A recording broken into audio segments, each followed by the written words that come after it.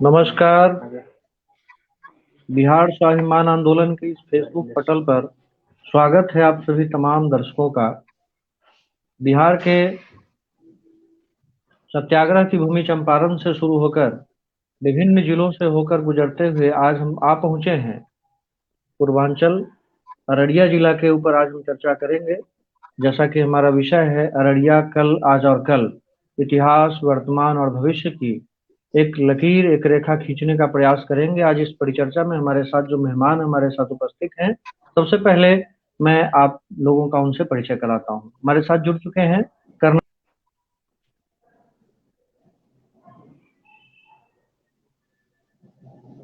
Network ही चला नहीं।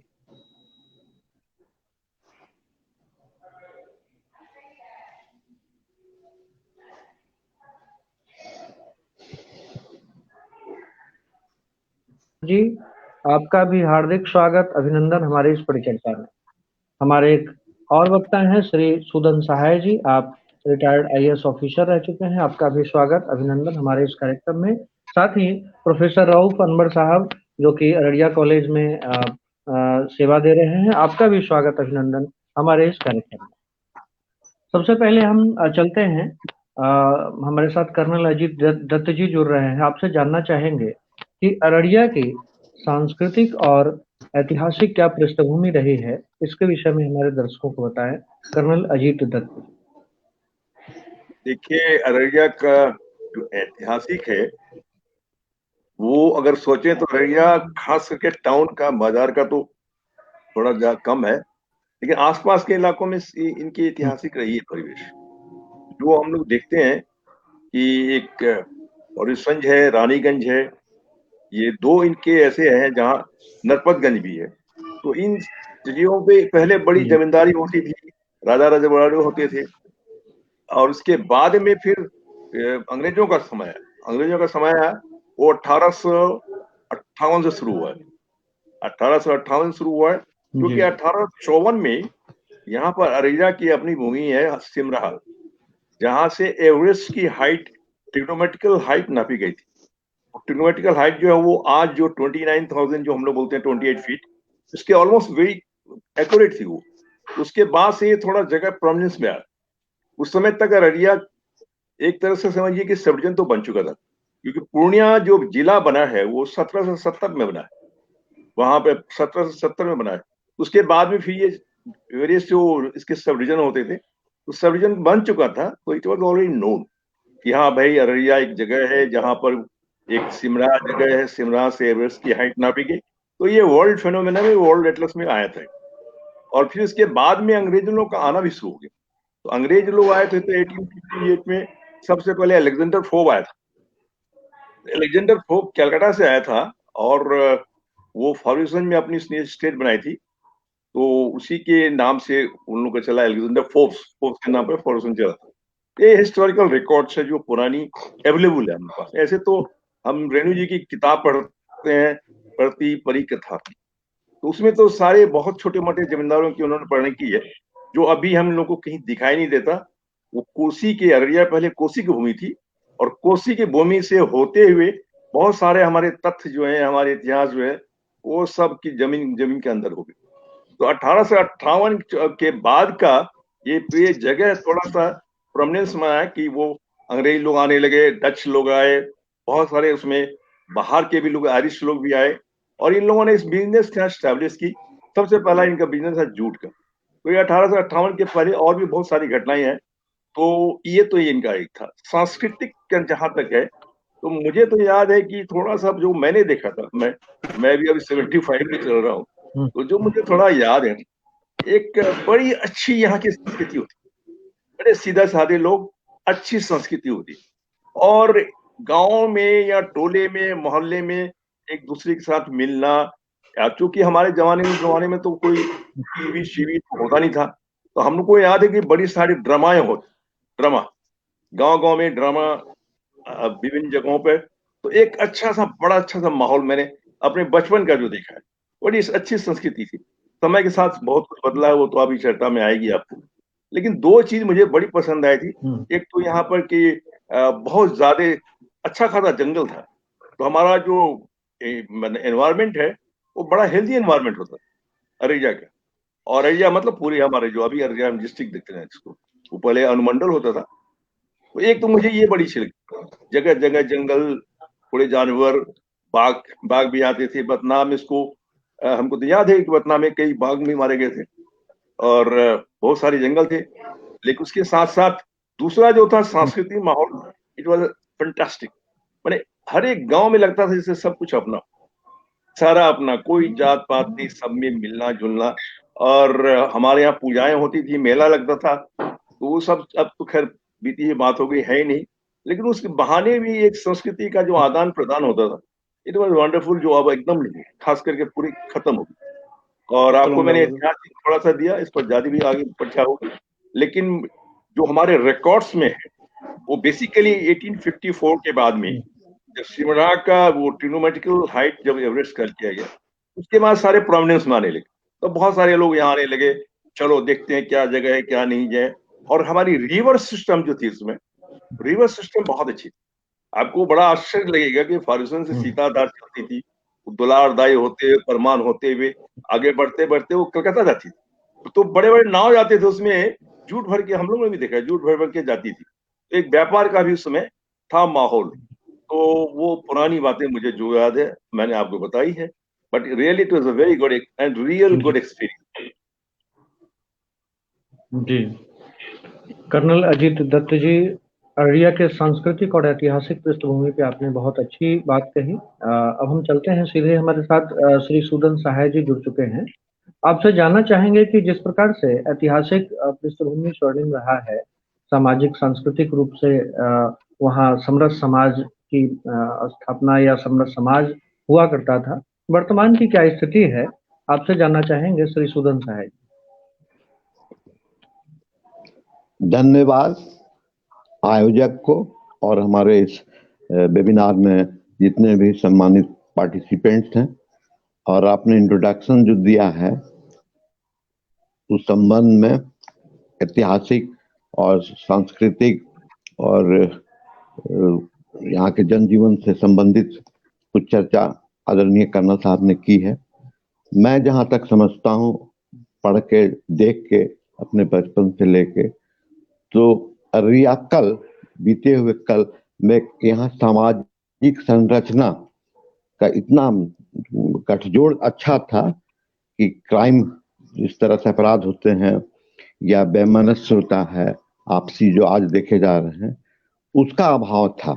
सामाजिक समरसता, सोशल फैब्रिक की बाइंडिंग्स इतनी मजबूत थी कि बहुत से सारे प्रॉब्लम्स का मौका ही नहीं मिलता था समाज को सॉल्व करने के लिए। और जब से आर्थिक विकास के नाम पर इस क्षेत्र का आपने हमें पर्यावरणविद के रूप में भी इंट्रोड्यूस किया है, इसलिए उस पर भी बोलना होगा। तो जिम कार्बेट ने अपने एक किताब में लिखा था कि दिस एरिया, ये जो क्षेत्र था पुराना पूर्णिया जिला, पार्ट ऑफ उस समय बंगाल का भी था, ये टाइगर्स पैराडाइज के रूप में जाना जाता। यहाँ बहुत घना डेंस बूसी जंगल हुआ करता था, नेपाल की तराई से जुड़ा हुआ। और अररिया के 60 कई प्रखंड हैं जो कि यहाँ वहां से लकड़ियां जाती थी बैलगाड़ी में, और फिर वो जैसा कर्नल साहब ने बताया कि नेविगेशन होता था, यहाँ से बड़े बड़े बोट्स में सामान भेजे जाते थे बंगाल, और बंगाल से मिट्टी का बर्तन और भी जो उपयोगी चीज था। तो एक पॉल्यूशन फ्री भी था, ट्रांसपोर्टेशन कंजेशन भी नहीं हुआ करता था, और इस तरह से चल रहा था। अररिया ग्रीन था, नेचुरल ग्रीन जिसे कहा जाता है। लेकिन कालांतर में जो आज अररिया है, तो ये वैश्विक उदारीकरण और विकास के नाम पर इसकी सारी जो अपनी विविधता में एकता का जो सामाजिक या सांस्कृतिक या जितना डायमेंशनल कहा जाए, वो विघटित हो गया है। और इसी का कारण है कि आप क्राइम का ग्राफ देखिए, सोसाइटी में अनरेस्ट देखिए, इंटॉलरेंस देखिए, ये सारा उपज उसी का है जो कल नहीं था। और विकास के नाम पर अंधाधुंध जो यहाँ का जंगल का कटाई हुआ, विकास के नाम पर सड़कों का नया नया निर्माण हुआ। तो आप देखिए क्लाइमेट चेंज पर क्या अररिया में देश अंतर्राष्ट्रीय स्तर से लेके अपने क्षेत्र में भी ये हम लोग का, हमारे प्रिंसिपल साहब या के सब पार्टिसिपेंट हैं, ठाकुर साहब हैं, उदित बाबू हैं, कर्नल साहब हैं, कि हम लोग को फैन की जरूरत नहीं होती थी। और हमारे जो सीनियर लोग, पूर्वज लोग रहे, जैसा 1894-54 की बात उन्होंने जिक्र किया है, तो न तो यहाँ मॉस्किटो का हमला होता था, मॉस्किटो भी हम लोग नहीं लगाते थे, और फैन की जो इसे पुअर मैन दार्जिलिंग के रूप में ट्रीट किया जाता था, उसको मान्यता दी गई थी, अंग्रेजों ने उसका अनुभव किया। लेकिन आज जो अररिया है, इतना क्राइम, सोशल फैब्रिक तो खत्म हो गया है। स्पोर्ट्स यहाँ बहुत होता था, उसमें कई पार्टिसिपेंट हैं कि अररिया ऐसे शहर में या और भी जो यहाँ के ब्लॉक के सर्कल थे, कि बच्चों में फुटबॉल खेलने का क्रेज था, फिजिकली बहुत स्ट्रांग होते थे, और एक एफिनिटी होता था आपस में, परिवार में, बच्चों में, पार्टिसिपेंट में, कि एक एक फील्ड में इतना टीम पार्टिसिपेंट होता था कि उसमें 4 बजे सुबह से प्रैक्टिस होता था, तब चांस मिलता था लोगों को। तो कल का अररिया जहाँ हेल्दी था, यूथ में डिसिप्लिन था, जिम्नास्टिक, फिजिक बहुत अच्छा था, डिसिप्लिन था, वो आज के अररिया में यही परिवर्तन स्पष्ट दिखता है कि फिजिकल फिटनेस में बड़े बड़े शहर में जिम है, आर्थिक रूप से जो संपन्न है। तो कहने का मतलब कि अररिया का हेल्थ कल जो था वो आज नहीं है। हाइट में देखिए आप, कल के अररिया के जनरेशन में जो एवरेज बॉडी हाइट होता था वो आज घट गया है। इस तरह से कई आयाम है। एजुकेशन, उस जमाने में हम लोगों ने भी देखा है अपने बचपन में कि प्राइवेट स्कूल हुआ करते थे, शिक्षक को नाम मात्र का अंशदान कहें या वेतन कहें, लेकिन वो जो डिसिप्लिन और जो पिछला पीढ़ी जो बीता है हम लोग से एक पीढ़ी पहले, तो वो उसमें भारत सरकार के प्रशासनिक सेवा, वैज्ञानिक, अररिया ने वैज्ञानिक भी दिया है। सेना के आप सामने बैठे हुए हैं, 1971 के बांग्लादेश वार में इनकी ख्याति पैरा ट्रूपर के रूप में जग जाहिर है। तो उस प्राइवेट स्कूल में जो टीचर ने डिसिप्लिन दिया, खुद अपने डिसिप्लिन हुआ करते थे, डिसिप्लिन टीचर हुआ करते थे। तो कहने का मतलब कि पब्लिक स्कूल या कॉन्वेंट स्कूल, तो शिक्षा का स्तर जो सरकारीकरण हुआ, शिक्षकों को आर्थिक रूप से बहुत अच्छा वेतन मान दिया जा रहा है, लेकिन शिक्षा का जो स्टैंडर्ड है, स्तर और डिसिप्लिन, उसका ह्रास हुआ, जग जाहिर है। इन सारों चीजों से, और रहा मीडिया, आपने मीडिया के रूप में भी हमको इंट्रोड्यूस उपस्थित होऊंगा जी जी जी मैं कुछ और सवालों के साथ आपके साथ उपस्थित होऊंगा। हमारे साथ प्रोफेसर रऊफ अनवर साहब हाँ जुड़ हाँ रहे हैं। आपसे मैं जानना चाहूंगा जी कि अररिया की जो ग्रामीण जनसंख्या अधिक है, गांव में ज्यादातर लोग निवास करते हैं शहर की जी अपेक्षा। शैक्षणिक, जी आप क्योंकि एक शिक्षक हैं तो आपसे हम जानना चाहेंगे, हमारे दर्शक जानना चाहेंगे कि शैक्षणिक जी स्थिति क्या है। सर ने भी बहुत कुछ बातें शिक्षा के ऊपर बताई हैं, लेकिन आप बताइए कि शिक्षा की क्या स्थिति है। अगर हम महिलाओं की शैक्षिक दर की अगर बात करें तो बहुत कम है अन्य जिलों की अपेक्षा। तो ऐसा क्यों है, इसके ऊपर हमारे दर्शकों को बताएं प्रोफेसर रऊफ प्रसाद जी। धन्यवाद सर। अररिया जिला इंडिया के सभी जिलों में से तीसरे पोजीशन पर एजुकेशनली है। एजुकेशनली, इकोनॉमिकली और कल्चरली ये तीसरे पायदान पर है, बहुत नीचे स्तर पर है।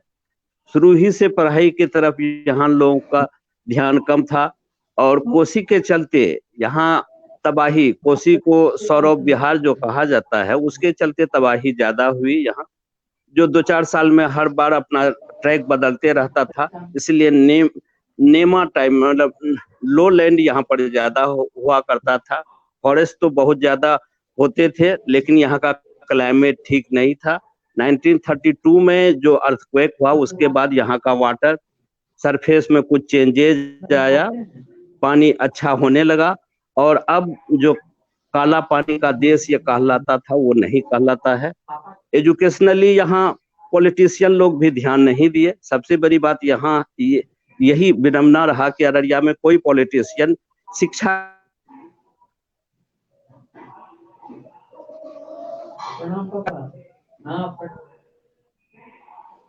देख रहे हैं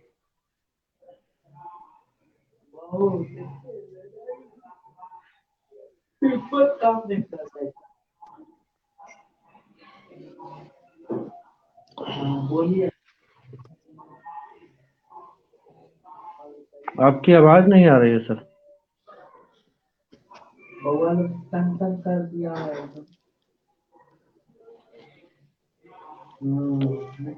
आपकी आवाज नहीं आ पा रही है सर। लगता है कोई तकनीकी खराबी है। सर की आवाज हम लोगों तक नहीं पहुंच पा रही है। किनको? हेलो। उदित बाबू।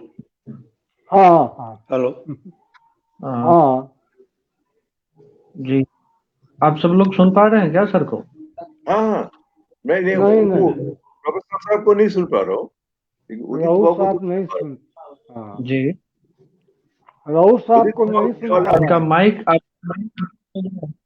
आपका माइक म्यूट हो गया है sir. Please unmute your mic. किसको राउत बोल रहे साहब, हैं? आपका माइक म्यूट हो गया। प्रोफेसर साहब को बोल रहे हैं। ठीक है, ठीक है। हमारे साथ हेलो। श्री प्राण मोहन ठाकुर जी जुड़े हुए हैं। आपसे जानना चाहेंगे कि जी। अररिया का जैसे ही हम हाँ नाम हाँ सुनते हैं फणीश्वर नाथ रेणु की याद आती है। तो अररिया जिला की अगर हम बात करें तो साहित्यिक क्या स्थिति है? एक बहुत बड़े रचनाकार, आंचलिकता के कवि फणीश्वर नाथ रेणु जी का की कह सकते हैं कि जन्मभूमि कर्मभूमि रही है। और तीसरी कसम जैसी फिल्मों को भी फिल्माया गया था वहां पे।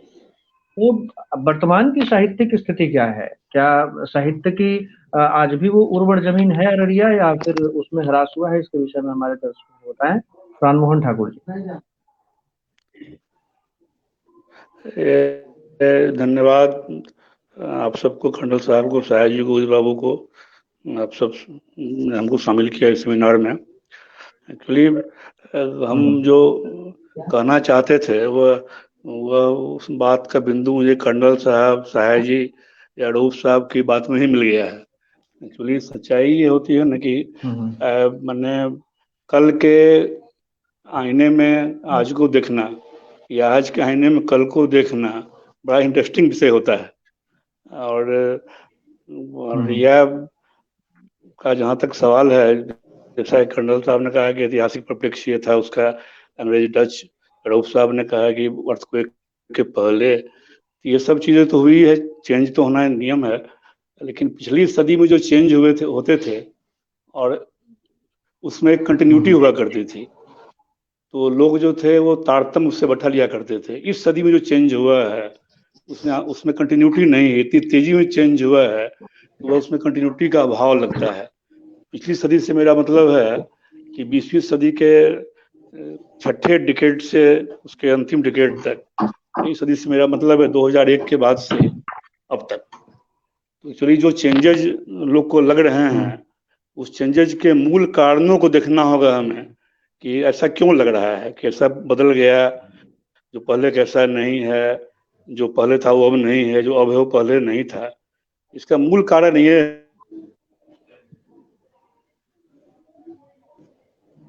है कि अररिया आपका मुख्यतः प्रवासियों का शहर था। अररिया में जो 1900 के पहले 60 तक की जो आबादी थी, उसके 95% लोग बाहर से आए थे। या तो नौकरी पेशा थे, या नौकरी पेशा के लोगों को फिट करने के लिए जो दुकानदार, व्यापार, बिजनेस, उनको सपोर्ट करने के लिए होता है एक लॉजिस्टिक सर्विसेज, उससे कनेक्टेड लोग यहाँ पर थे। तो यहाँ पर शहर तो था नहीं, देहात टाइप का शहर था, जमीन सस्ती थी, मकान किराया का था नहीं। लोगों ने जमीन लिया, किराया मकान लिए, यहाँ बस गए। अब वो जो सभी यहाँ प्रवासी थे, सभी बाहरी आदमी थे। तो आप किसी देश में जाइएगा, अगर आप अमेरिका जाइएगा तो वहाँ हिंदुस्तान के लोग, पाकिस्तानी मिलेगा, अगर बांग्लादेशी मिलेगा तो बड़ा अच्छा लगा, नहीं तो अपने अपने महाद्वीप का है। तो इस टाइप की एक इंटरकनेक्शन यहाँ के लोगों में था, जो सभी आदमी बाहरी थे यहाँ पर लोग। तो आपस में एक मेल जोल का भाव था, तो लगता था पूरा शहर एक मोहल्ला है।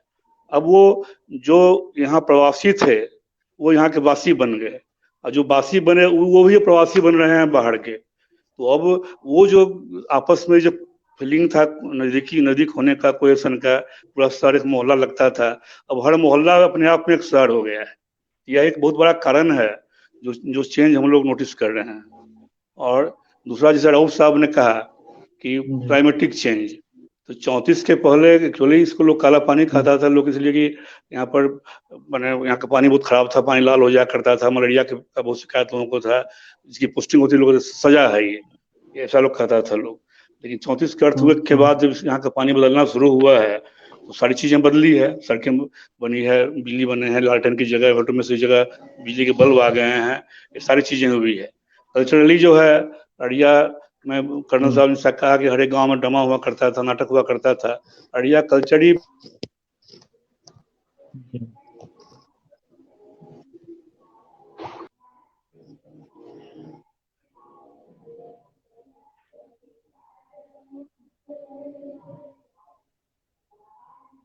बंगाली लोग आए, तो सारे नौकरी में बंगाली लोग आए थे। तो अररिया या जो भी इलाका है भागलपुर का है या इसका जो पूरा जो ये एरिया है, इस पूरा एरिया में बंगाली लोग ही आके बसे पहले। तो बंगाली लोगों का कल्चर पूरा है, सांस्कृतिक क्षेत्र में, खेलकूद के क्षेत्र में, पढ़ाई के क्षेत्र में बंगालियों का प्रभुत्व था। तो वो बंगाली कल्चर यहाँ पर समाप्त हो गया। तो अब वह एक अब शहर का जो विस्तार हुआ है तो काफी स्थानीय लोग भी, जो शहरीकरण की प्रक्रिया पूरे देश में चली, पूरी दुनिया में चल रही है, उसके तहत यहाँ की आबादी काफी बढ़ी है।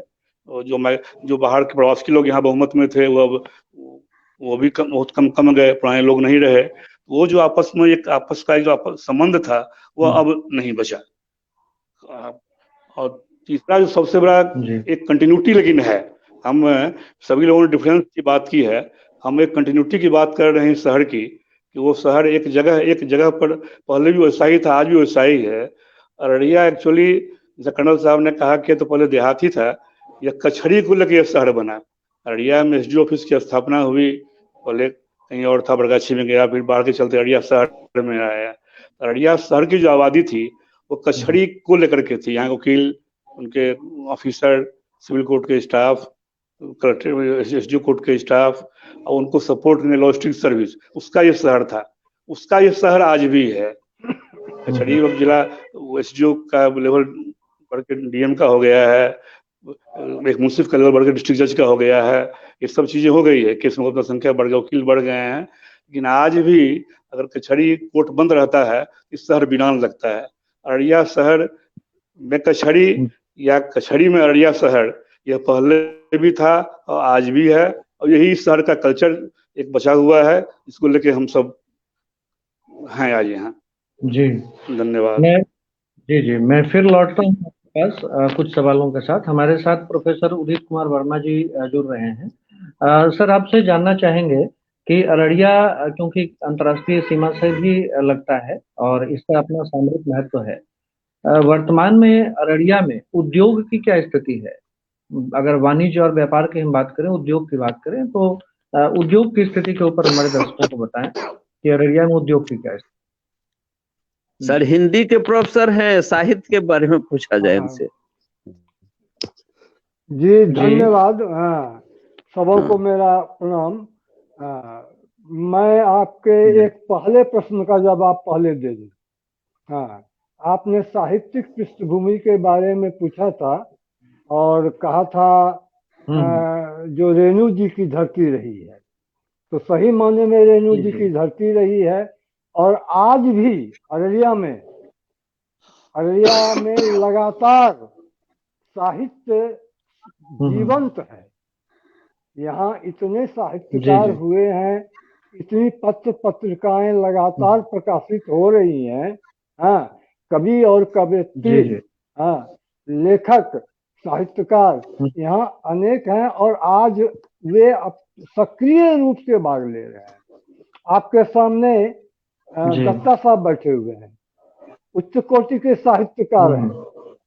यहाँ नरपतगंज में दिवाकर जी थे, भद्रेश्वर में शांति सुमन जी थी, यहाँ भोला पंडित शास्त्री हैं, ये लगातार समदिया नामक पत्रिका निकाल रहे हैं। एक राजमोहन जी थे, स्वर्गीय हो गए, वे पर्ची पलाग नामक पत्रिका निकाला करते थे। अररिया कॉलेज से एक भूमा नाम की पत्रिका निकली थी और आज भी कई एक पत्रिकाएं हैं उर्दू साहित्य में भी। और आपके सामने जो प्रोफेसर रऊफ साहब हैं बैठे हुए, उनकी पत्नी भी एक अच्छे साहित्यकार में गिनी जाती हैं। तो मेरे कहने का अर्थ है कि अररिया में साहित्यिक पृष्ठभूमि आज भी जीवंत है और रेणु जी की वह परंपरा आज भी चली आ रही है। आपके अब दूसरे सवाल का जो आपने मुझसे कहा था उस संबंध में औद्योगिक के संबंध में कह रहा हूँ। औद्योगिक के मामले में यहाँ अररिया में पाट और धान की खेती होती रही है। धान की खेती और पाट की खेती, इसी का व्यापार लोग करते रहे हैं। हालांकि बिचौलिए आज भी इनको मारकर चले जाते हैं। जब से सिंथेटिक युग आया है, प्लास्टिक युग आया है, तो तब से पाट के सामानों की बिक्री कम हो गई है, इसकी उपज भी कम हो गई है। अब पाट के जो सामान बनते थे, बोरा, चटाई, बहुत कुछ, हाँ, तो वो सब अब जो है कम बनने लगा है। पाट की खेती अब कम हो रही है यहाँ। हाँ, क्यों कि अब वह उस उद्योग की ओर सरकार का ध्यान नहीं रहा है।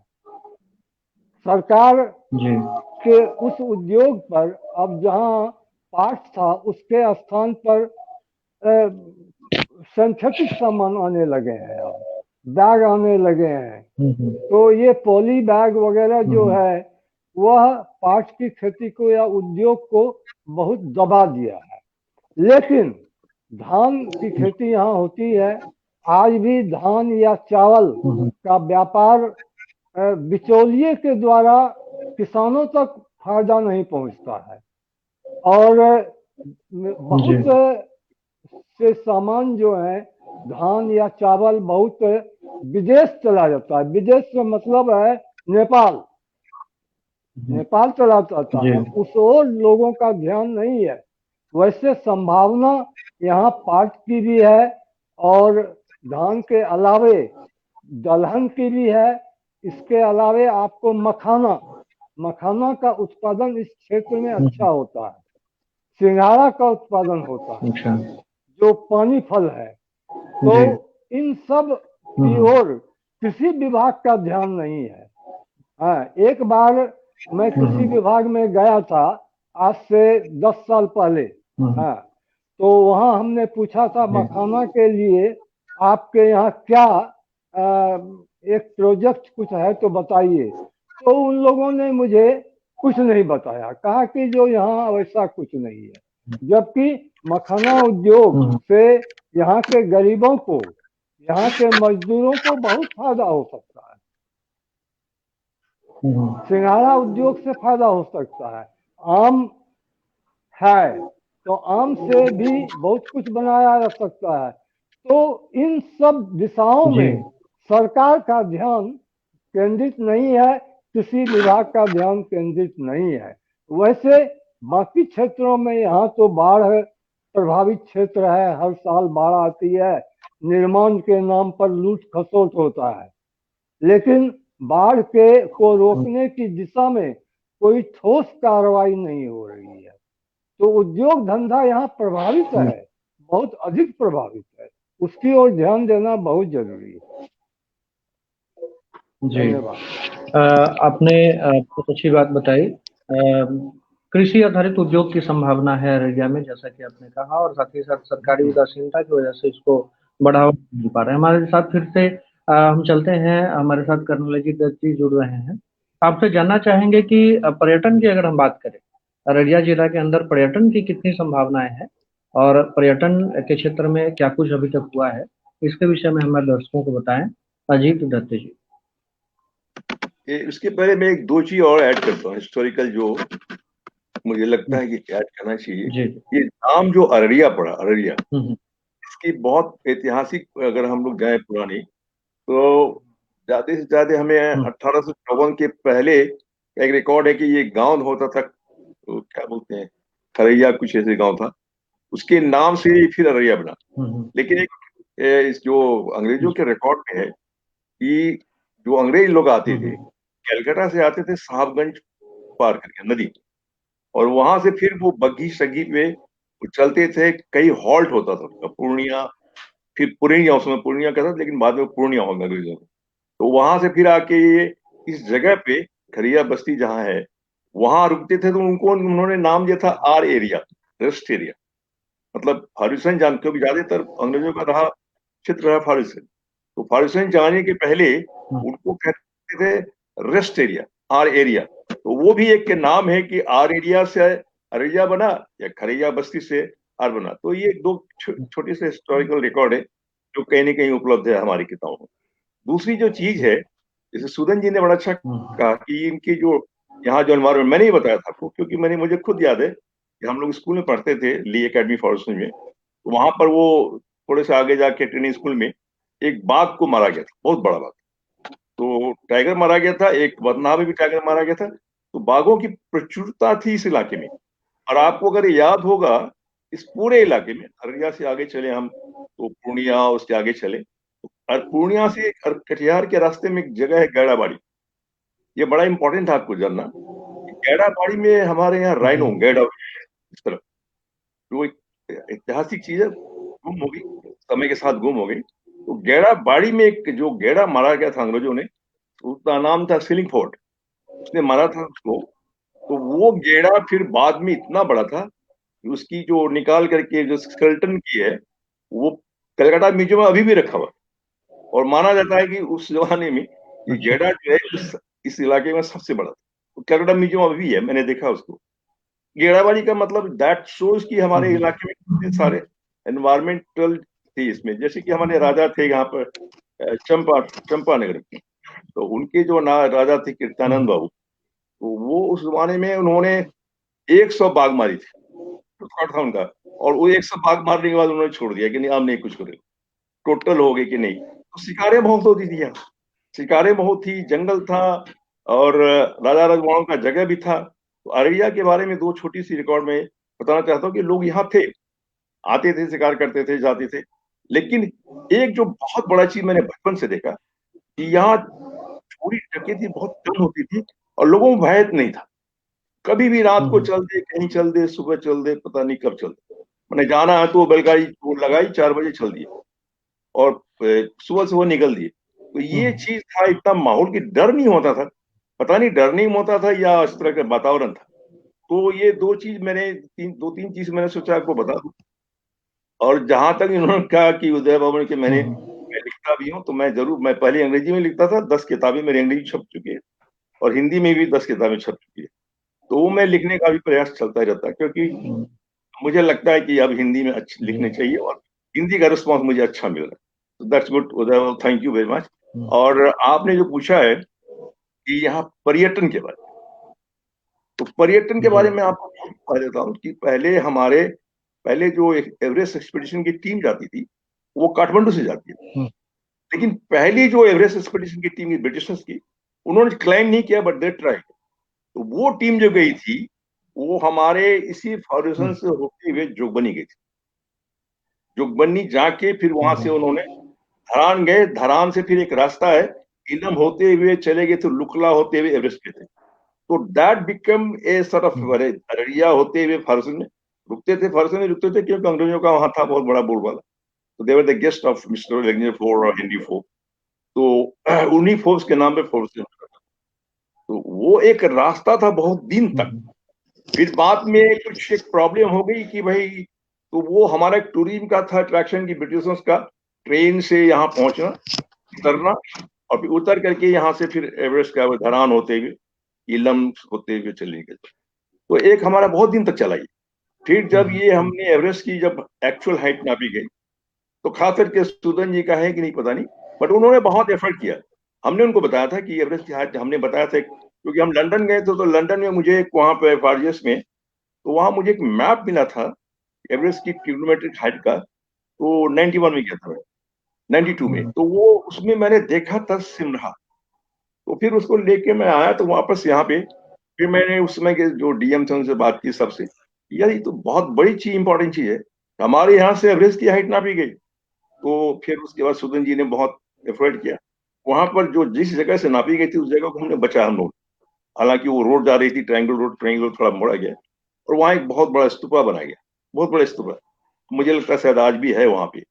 और उस स्तूपे के कारण हमने कहा था उस समय कि भाई इसको कहें तो बाहर के विदेश के बहुत सारे माउंटेनियर्स जो आना चाहेंगे, क्योंकि उनकी नजर में एक है कि ये बड़ा इंपॉर्टेंट चीज है कि पहला एक जगह है लैंडमार्क जहां से ट्यूमेट्रिकल हाइट से एवरेस्ट नापी गई थी। तो एक ये जगह है वहां पे। दूसरी क्या थी, बहुत सारे हमारे हिस्टोरिकल फैक्ट्स में तोप यहाँ थे जो कहीं इधर दब गए इधर दब गए, कुछ ऐसा हमारे यहाँ म्यूजियम तो था नहीं। लेकिन फिर हमने वो एक तोप थी फरसन में, बड़ी अच्छी खासी तोप थी, वो 9 mm का था वो गन। तो मैंने फिर सुदन जी को कहा, सारे मिल के इन्होंने अररिया के ट्रेजी से निकाल के लाया, उसको पेडिस्टल बना के आई थिंक कोर्ट में अभी भी लगा हुआ है। तो ये हमको है कि हमारे जो हिस्टोरिकल फैक्ट्स उनको हम दुनिया के सामने बताएं कि हमारे पास ये भी था, ये भी था, ये भी था, बहुत सारी चीजें हैं। तो इस पर भी काम होनी चाहिए। हम लोगों ने अपनी कहानी में काफी लिखा और हमने काफी जगह कहानियों में लिखा कि अररिया में क्या होना चाहिए, जिले में क्या है। तो ये बड़ा उदित जी ने बड़ा अच्छा कहा कि इस पर हमको एक जो फोकस है, Araria is a land of बड़ी मतलब अनडेवलप्ड लैंड है, फलना है, वो तो एक निगेटिव फैक्टर है, वो तो रहेगा ही, लेकिन पॉजिटिव फैक्टर है उस पर भी थोड़ा हम लोग जोड़ दें तो शायद लोग आए। लेकिन हमको आने के पहले कुछ ही करना पड़ेगा, हमको यहाँ के एनवायरमेंट प्रोटेक्ट करना है।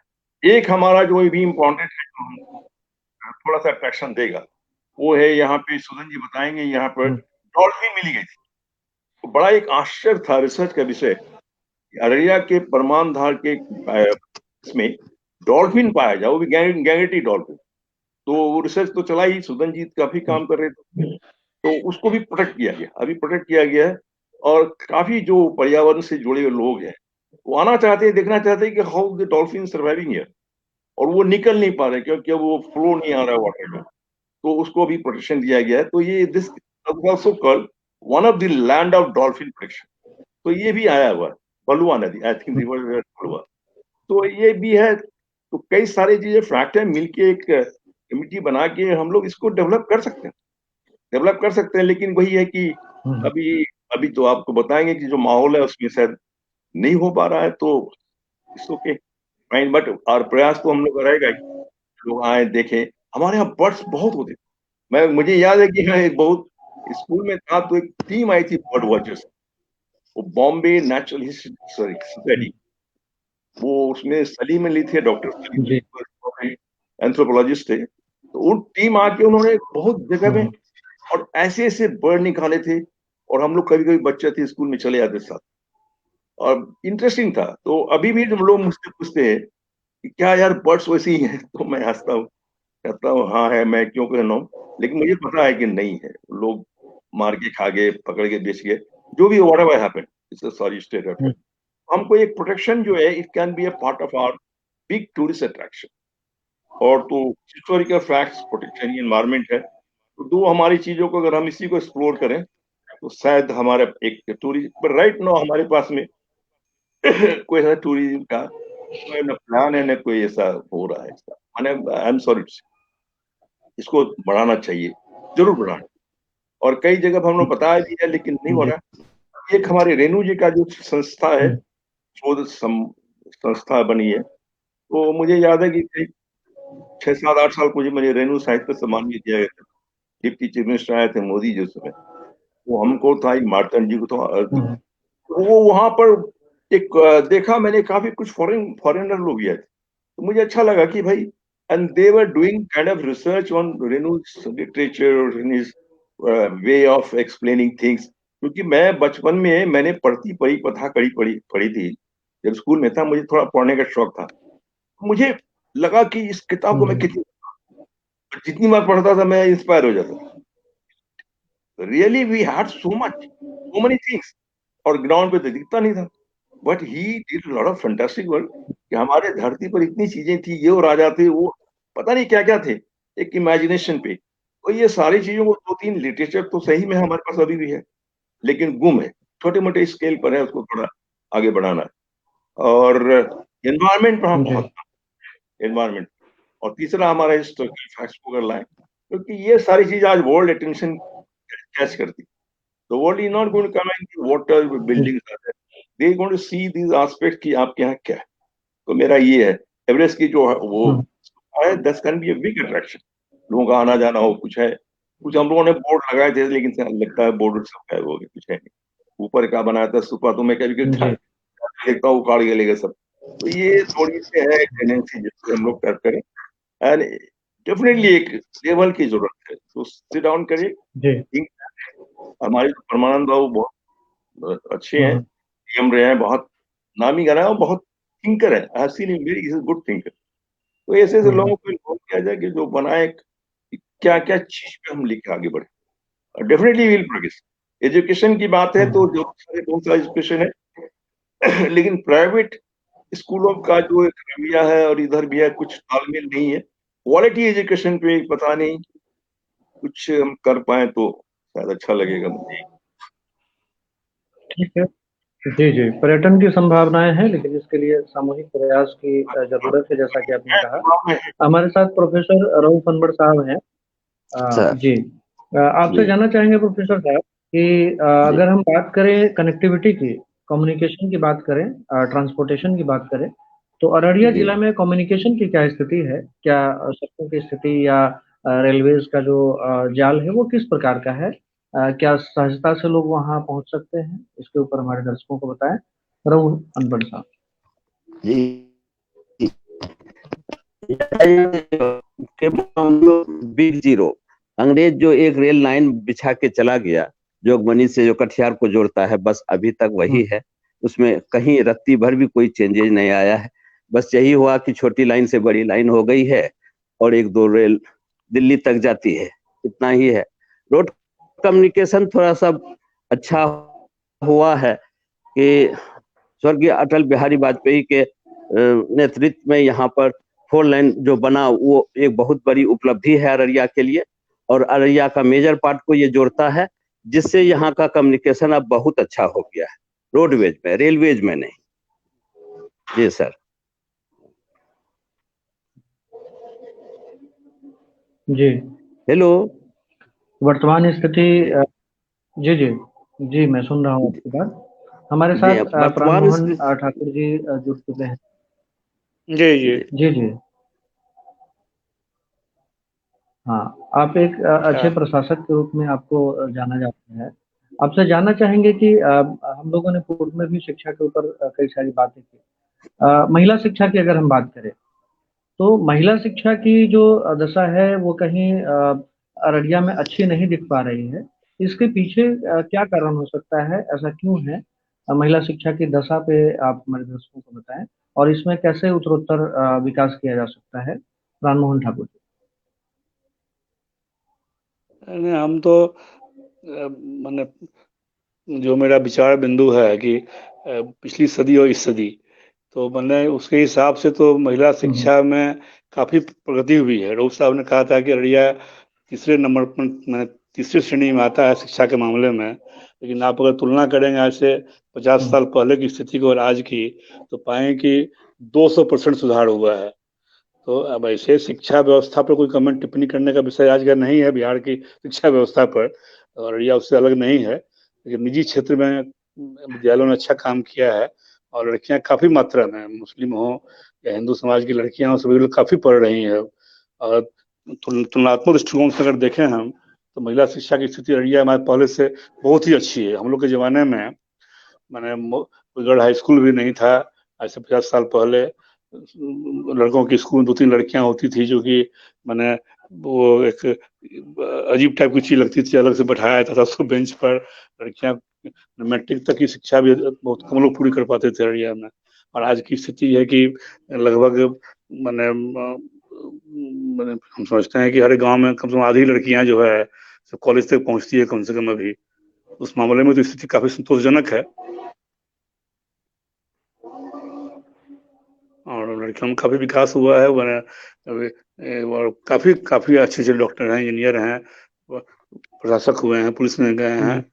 तो इसलिए ऐसी स्थिति अब नहीं है। मैं तुलनात्मक रूप से अगर देखता हूँ तो संतोष से काफी कारण है कि काफी प्रोग्रेस हुआ है लड़कियों शिक्षा के मामले में। जी जी, हमारे साथ उदित कुमार वर्मा जी, आपसे जानना चाहेंगे हमारे दर्शक कि साहित्य की हमने चर्चा की, हम कला की भी चर्चा करना चाहते हैं। आप जैसे विद्वज्जनों से जानना चाहेंगे हमारे दर्शक की अररिया में साहित्य की जैसे कि हमने बात की एक लंबी श्रृंखला, अगर हम बात करें साहित्य की, वर्तमान में अजीत दत्त जी भी ने साहित्य में बहुत बड़ा अवदान दिया है। कला के क्षेत्र में अररिया जिला का क्या योगदान रहा है और वर्तमान में कला के क्षेत्र में क्या कुछ वहाँ पे हो रहा है, इसके विषय में हमारे दर्शकों को बताएं। उदित कुमार वर्मा जी। दुख के साथ कहना पड़ता है कि कला के क्षेत्र में अभी अररिया जिला बड़ा शून्य है। पहले अररिया जिला में जो कला की बात थी वह अब नहीं है। पहले के समय में कई कलात्मक कृतियां हो रही थी और लोगों का जुटाव था ड्रामा से या सांस्कृतिक परिवेश से, यहाँ बड़ा अच्छा था। लेकिन आज के समय में ऐसा कुछ नहीं कहा जा सकता है उल्लेखनीय कि कला का बहुत विकास यहाँ हो रहा है। संगीत का कला में मान लीजिए नाट्य कला है, संगीत कला है, बहुत विधाएं हैं कला की। तो नाट्य कला भी यहाँ अब उस नाट्य कला का भी वह माहौल नहीं है जो पहले था। संगीत कला की अगर बात करें तो संगीत के वैसे कोई संस्थान यहाँ अररिया में नहीं है। संगीत की वैसी कोई शिक्षा नहीं दी जा रही है।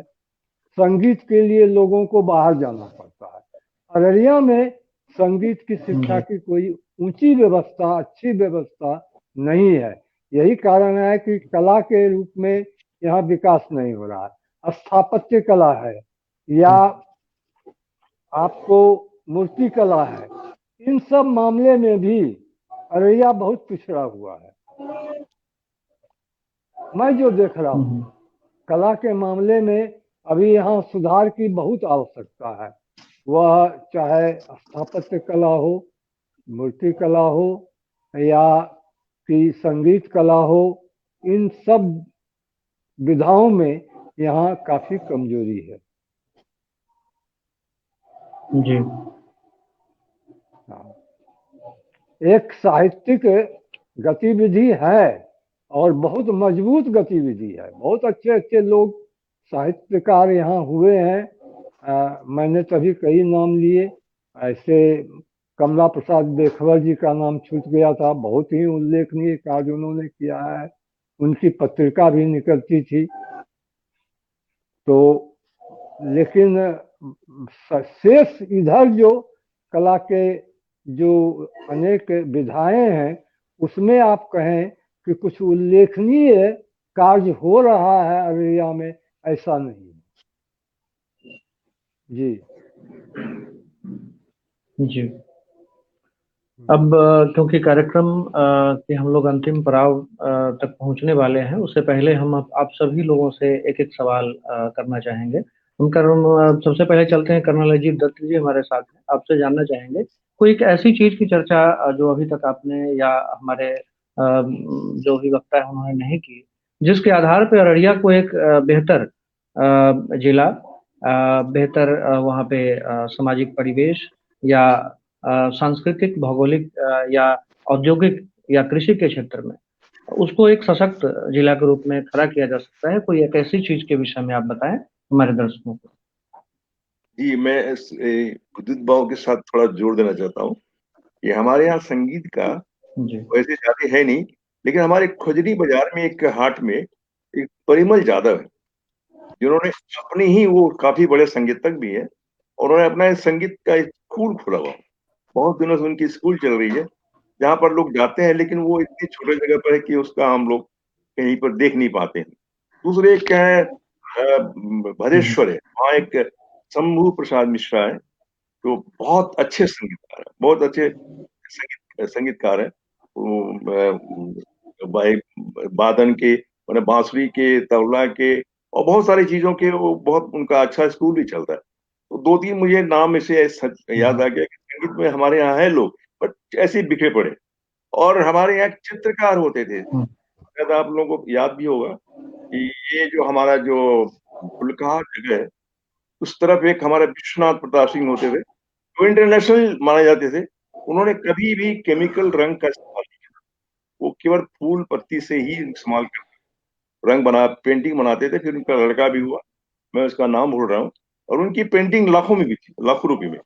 लेकिन अब वहाँ क्या हो रहा है, तो हम तो गए थे उनके घर पे, देखे थे, तो उसमें तो काफी 2 लड़के सीखते थे वहाँ पे, लेकिन अब वो है कि नहीं है, क्या प्रोटेक्शन है, तो मैं मुझे, लेकिन ये 2-3 चीज थे जो हमारे इंटरनेशनल लेवल के हैं संगीत में, और एक हमारे वहाँ पेंटिंग में, ये तो मैंने देखा है, वो चीज है। आपको एक बात से हमको, आपको अररिया चाहेंगे, अररिया पे गर्व, लोगों को गर्व हो। अररिया एक ऐसी जिला है, ऐसा ही जिला है हमारे सारे इस इलाके में, जहां से 2 नदियां निकलती, और बड़ी इंपॉर्टेंट नदी निकलती। एक हमारी नदी निकलती है सौरा, जो आप अगर पूर्णिया से जाएं तो आपको कप्तान पुल के नीचे से जाती है, वो हमारे अररिया के ही है। वहां पे अररिया और रानीगंज के बीच में एक जगह है, इतवास करके, वहीं कहीं पर है, वहां से निकलती है।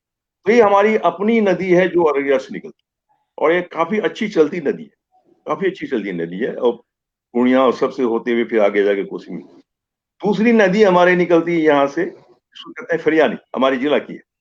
वो फरियानी जो नदी है, वो हमारा निकलता है बीरपुर के रास्ते में, लक्ष्मीपुर है, वहाँ के एक वो जो चास है, वहाँ जो वेटलैंड है, वहां से निकलती है। तो ये दोनों नदी हमारी अपनी अररिया की है, और ऐसा किसी भी डिस्ट्रिक्ट में नहीं है जहां से नदियां। ऐसे तो नेपाल से नदी पार करने वाली हमारे यहाँ बहुत है, हमारे से कोसी भी नहीं पहले पार करती थी, जो अब खसक के चली गई है वहां सुरसर के पास। फिर हमारे यहाँ देखिए आप, फरमान है, कनकई है, बकरा है, सारी नदियों का जाल हमारे अररिया से जाता है। आप इधर से जाएंगे अगर अररिया से सिलीगुड़ी की तरफ, तो 6-7 नदी मिलेगी जो अररिया जिले में। तो ये मैंने कहा कि एक अररिया को हमारा जो नेचुरल एसेट है, जो हमारा नेचुरल एक प्राइड है कि इसको हम लेके आगे बढ़े, और बताएं कि देखिए ये हमारे ग्राउंड पे है। इतिहास तो हमारे गुम हो गया, लेकिन ये सारे हमारे नेचुरल प्राइड है। अभी भी बहुत सारे जंगल है, अभी बहुत सारी नदियां हैं, अभी भी हमारे अपनी नदी है। We claim that this is belong to Araria, और ये लोगों ने माना कि yes, you are the luckiest one, because हम आपके जिला से 2 नदी, इतनी इंपॉर्टेंट नदी निकली है। तो हमारे यहाँ सारी चीजें हैं अभी भी। तो हम चाहते हैं कि बहुत सारे बिंदु हैं जिस पर हम कर सकते हैं, लेकिन मेरा कहना है कि यहाँ की एनवायरमेंट, जैसे आपने हमने बताया कि डॉल्फिन का है, तो डॉल्फिन का इस तरह से प्रोटेक्शन कहीं नहीं है जो हमारे यहाँ भी हो रहा है। तो डॉल्फिन का है, रिवर्स का है, हमारे यहाँ जो वेटलैंड्स है, वेटलैंड बहुत फेमस है यहाँ की, कई छोटे छोटे वेटलैंड देखेंगे आप निकलेगा, उससे नदियां निकलेगी, दुलार दाई, सीधादार, पता नहीं क्या क्या नदी निकलती है। तो ये सारे नेचुरल एसेट जो है, इसका रिकॉर्ड हमने कुछ लिखी भी है किताबों में इन सब के बारे में, लेकिन इसका रिकॉर्ड से किया जाए, और हमें अररिया को प्रोजेक्शन करना है कि this is one of the best environment land. You will see everything, everything. आप आए, बर्ड्स देखें, जानवर तो खैर हमारे खत्म हो गया। ओनली थिंग जानवर जो मैं अभी देखता हूँ वो है पोर्क्यूपाइन है, बहुत जगह, जो अब कहीं मन नहीं दिखाई नहीं देता, लेकिन अररिया में दिखाई देता है। पोर्क्यूपाइन गाँव में दिखाई देता है, और हमारे यहाँ हाइना से छोटा होता है। हाइना के बाद एक होता है हमारा लोमड़ी, लोमड़ी से छोटा एक जानवर है खिकिर, जो कहीं नहीं है एनवायरमेंट, जूलॉजिकल बॉटनी इसमें कहीं दिखता नहीं है, लेकिन इसी जिले में होती है।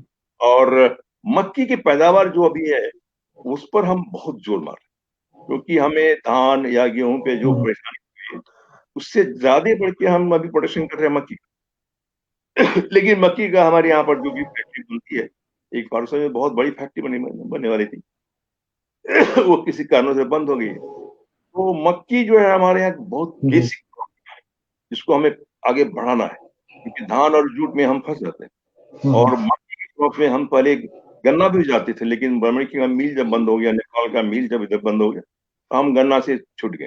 लेकिन हमारे यहाँ तो मक्की ऐसा क्रॉप है जो ग्राउंड पे आके लोग ले जाते हैं। लेकिन जो हमारे यहाँ फैक्ट्री बनी थी, वो चालू की जाए फरसने में, तो हमारा सारा का सारा मक्की यही हो जाएगा, और 3-4 हजार लोग भी वहाँ यूटिलाइज हो जाएंगे। तो इंडस्ट्री का जो ऐसे छोटा मोटा चीज है, उस पर ध्यान दें, हम अपनी नेचुरल एसेट्स पर ध्यान दें। और जहां तक पढ़ाई की बात है, तो वो तो मैं अभी, मेरा एक ही कंसर्न है, क्वालिटी। क्वालिटी, चाहे 2 लड़कों में पढ़ाई, क्वालिटी दें। तो ये बात है, अगर हम कुछ कर सकते हैं तो जरूर हम आगे बढ़ाएं। पर्यटन का मैंने बताया, बहुत सारे स्कोप है आपके यहाँ। वो एवरेस्ट का बहुत बड़ा है, जिसमें काफी पर्यटन लोग आना चाहेंगे, लेकिन प्रोजेक्शन इसका हो भी नहीं पा रहा ठीक से। तो ये सारे हैं कुछ मेरे अपने विचार है, तो मैं स्पॉन्टेनियस बोल रहा हूँ, लेकिन बैठूंगा तो शायद और भी कुछ निकालूंगा। जी और लिटरेचर को तो बनाए हमने इक्कीले, तो हमारा संस्थान है उसको हम और बढ़ाएं ताकि विदेश से तो हमने देखा है 4-5 फॉरेनर वहाँ और भी लोग आए वहाँ पे, तो एक पर्यटन की एक संभावना बढ़ती। बिल्कुल। हमारे साथ श्री प्राण मोहन ठाकुर जी हैं। आपसे सर जानना चाहेंगे संक्षिप्त टिप्पणी, क्योंकि अब हम लोग कार्यक्रम के अंतिम पड़ाव में पहुंच चुके हैं। ऐसी कोई चीज जो अररिया को आगे ले जा सकता है। बहुत सी चीजों की चर्चा कर्नल साहब ने की हम लोगों से, आपसे भी जानना चाहेंगे किसी एक ऐसी बात की चर्चा आप करें अपने आपके स्तर से, आपको लगता है कि वो बात हम लोग नहीं कर पाए हैं अभी तक, जो अररिया को आगे ले जा सकता है। श्री प्राण मोहन ठाकुर जी। ह्यूमन रिसोर्स जो यहाँ के लोग हैं, हेलो, जो आदमी है, जो जनसंख्या है बिहार की, अररिया की पॉपुलेशन, जो यहाँ की आबादी है, जो यहाँ के रहने वाले हैं, वही व्यक्तिगत रूप से अपने प्रयास से, सामूहिक प्रयास से इसको ले जा सकते हैं आगे। इंडिविजुअल जो क्वालिटी आदमी में होगा वही ले जाएगा उसको। और व्यापार के दृष्टिकोण से जो 4 लेन बना है, वो 4 लेन से शहर का की आबादी बढ़ी है, बिजनेस बढ़ेगा इसका यहाँ पर। और यहाँ तक इंडस्ट्री का सवाल है, तो इंडस्ट्री तो वैल्यू एडेड प्रोडक्ट जो होता है उसे इंडस्ट्री कहते हैं। ऐसा वैल्यू एडेड प्रोडक्ट तो यहाँ पर केवल धान का मिल था, तेल का मिल था या जूट मिल था। तो जूट मिल वगैरह तो अररिया में रहा नहीं। धान वगैरह का भी अब जो मिल है लोकल लेवल पर वही है, तो वो उसी सब का स्कोप हो सकता है उसके लिए। और क्या होगा, व्यक्तिगत रूप से जो आदमी जो अपना प्रयास करेगा उसी से होगा। ऐसा तो कुछ दिखाई नहीं पड़ रहा है कि मैंने आगे कोई सब यहाँ पर ऐसा कोई चीज नहीं है। कम्युनिकेशन बढ़ा है, रूटिंग ले रहा है। ये अभी देख रहा होगा कि मेरा वाला। जी सर, हमारे साथ उदित कुमार वर्मा जी हैं। आपसे सर जानना चाहेंगे कि किसी एक ऐसी बात की चर्चा करें जो अररिया को आगे ले जा सकता है, अररिया के भविष्य को स्वर्णिम बना सकता है, इसकी चर्चा करें हमारे दर्शकों से। संक्षिप्त टिप्पणी जी। आज तुम इंटरव्यू नहीं लिए? अच्छा, तो प्रयास का अच्छा से जी से संपर्क ऐसा लगता है टूट गया है। हमारे साथ जुड़ चुके हैं। आपसे जानना चाहें जी संक्षिप्त टिप्पणी जो अररिया के विकास को, अररिया के भविष्य को बेहतर बना सकता है। संक्षिप्त में अपनी टिप्पणी दें श्री सुदन साहे जी। धन्यवाद। एग्रो बेस्ड इंडस्ट्रीज सबसे महत्वपूर्ण चीज है जो अररिया को प्रगति। एग्रो बेस्ड इंडस्ट्रीज इस एरिया का सबसे बड़ा ये विकास के सड़क पर अग्रसर कर सकता है। और एग्रो बेस्ड इंडस्ट्रीज उसके साथ एंसेलरी इंडस्ट्रीज हो और तब होगा जो प्रशस्त करेगा। धन्यवाद। हेलो हेलो जी जी हेलो, मिलिए, हमारी आवाज सुने? जी जी जी जी, we are listening you sir. हाँ, discipline and agro based industries social fabrics को और मजबूत कर, अनुशासन और जी उद्योग, कृषि आधारित उद्योग और अनुशासन, ये अररिया को आगे ले जा सकता है। सुदन साहे जी ने जैसा कि कहा। उदित कुमार वर्मा जी हमारे साथ हैं। आपसे हम अंत में संक्षिप्त टिप्पणी करेंगे कि किसी एक ऐसी बात की चर्चा करें जो अररिया को आगे ले जा सकता है, उसके भविष्य को बेहतर बना सकता है। उदित कुमार वर्मा जी। मैं तो शिक्षा विभाग का लोग रहा हूँ। मैं यह कहूँगा कि शिक्षा के क्षेत्र में अगर ध्यान दिया जाए तो उस शिक्षा और स्वास्थ्य, इससे अररिया आगे बढ़ सकता है। शिक्षा के क्षेत्र में यहाँ काफी कमजोरी है। यहाँ एक भी महिला छात्रावास नहीं है। महिलाओं के लिए कोई अलग से कॉलेज अररिया में नहीं है। ये सब जी इन कारणों से जहाँ शिक्षा है वहाँ विकास है। तो अररिया के विकास के लिए महिलाओं की शिक्षा, पुरुषों की शिक्षा, छात्र छात्राओं की शिक्षा पर विशेष बल देना होगा। यहाँ एकमात्र कंस्टिट्यूएंट कॉलेज अररिया कॉलेज है और एक फारबिसगंज कॉलेज है, लेकिन कॉलेजों की जो व्यवस्था है, सरकारी व्यवस्था, वह यह है कि यहाँ बहाली नहीं है, लोग शिक्षक नहीं है, छात्र हैं, शिक्षक नहीं है। तो जब तक इसका विकास नहीं होता है, मूलभूत बात है शिक्षा और स्वास्थ्य के दृष्टिकोण से भी, स्वास्थ्य लोगों का सही रहेगा तो विकास होगा। यहाँ अररिया में स्वास्थ्य के दिशा में भी बहुत काफी कमजोरी है। कहने को एक अनुमंडल अस्पताल है, लेकिन अस्पतालों की या चिकित्सकों की क्या स्थिति है वह किसी से छुपी ही नहीं है। लोग यहाँ इलाज कराना प्राइवेट से पसंद करते हैं, अस्पताल जाना कम पसंद करते हैं, और अस्पतालों में वह सुविधा उपलब्ध नहीं है।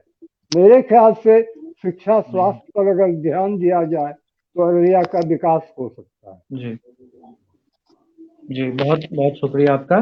हमारे साथ रऊफ साहब जुड़ चुके हैं, किसी कारणवश आप डिस्कनेक्ट हो गए थे। आपसे जानना चाहेंगे, अंतिम टिप्पणी आपसे लेना चाहेंगे कि वैसी कोई चीज, वैसी कोई बात जो अररिया के भविष्य को बेहतर बना सकता हो, इसकी चर्चा करें। प्रोफेसर रऊफ अनवर साहब। सर, हमारे सर सुदन साहे ने जो कहा, एग्रो बेस्ड इंडस्ट्री, यहाँ मक्का बहुत बड़े पैमाने पर अब उपज रहा है और इससे मैन पावर का भी उपयोग होगा। इस पर अगर ध्यान दिया जाए तो ये इंटरनेशनल लेवल तक अररिया को ले जा सकता है। दूसरी बात ये कि कल हमारे यहाँ एक एग्जाम था, वो फॉरेस्ट गार्ड का, एक ऑब्जर्वर मजिस्ट्रेट साहब आए थे उद्योग से, तो उन्होंने बताया कि यहाँ मखाना बहुत बड़ा इंडस्ट्री हो सकता है और इंटरनेशनल लेवल पर उन्होंने बताया कि मखाना को हम यहाँ से भेजते हैं दिल्ली, वहां पर उसको फ्लेवर करके इंटरनेशनल एक्सपोर्ट किया जाता है। तब मखाना को यहाँ, और वेटलैंड यहाँ पे बहुत अधिक है, लोलैंड बहुत है, मखाना यहाँ पर बहुत अच्छा प्रयास है इंटरनेशनल लेवल पर मखाना और एग्रो इंडस्ट्री से। जी, आप सभी वक्ताओं का बिहार स्वाभिमान आंदोलन की इस मुहिम में शामिल होने के लिए सब लोगों ने अपना व्यक्तिगत महत्वपूर्ण समय दिया। उदित कुमार वर्मा जी, प्रोफेसर रऊफ अनवर साहब, श्री सुदन सहाय जी, प्राण मोहन ठाकुर जी और कर्नल अजीत दत्त जी, आप सब लोगों को बिहार स्वाभिमान आंदोलन की ओर से हार्दिक आभार, हार्दिक धन्यवाद। आपने इस परिचर्चा में भाग लिया और अररिया के विभिन्न पक्षों के ऊपर, सांस्कृतिक, सामाजिक, राजनीतिक, आर्थिक और औद्योगिक पक्ष पे आपने अपना महत्वपूर्ण मत दिया। इसके लिए मैं प्रवीण कुमार मिश्र आपका आभारी हूं और आप सब लोगों को नमन करता हूं। इस तरह की परिचर्चा में हम फिर शामिल होते रहेंगे कुछ नए विषयों के साथ। तब तक के लिए आप सब लोगों को सादर नमस्कार, धन्यवाद। धन्यवाद धन्यवाद धन्यवाद। धन्यवाद।